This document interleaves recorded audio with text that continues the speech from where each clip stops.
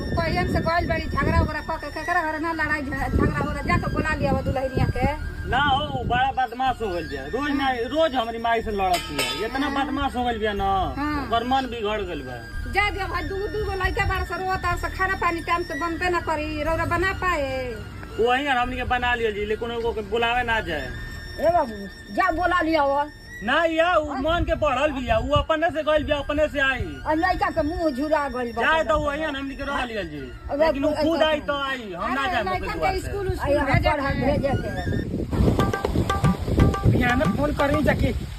चली आओ बोलावे वही ना नहीं वही कहीं बैठल हुई है मेरा से कौन काम बा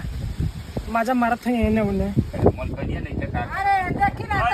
बेटी होने आवतारी बेटी के दिले है देखो झगड़ा क के माई आ गई आ गए लो बाबा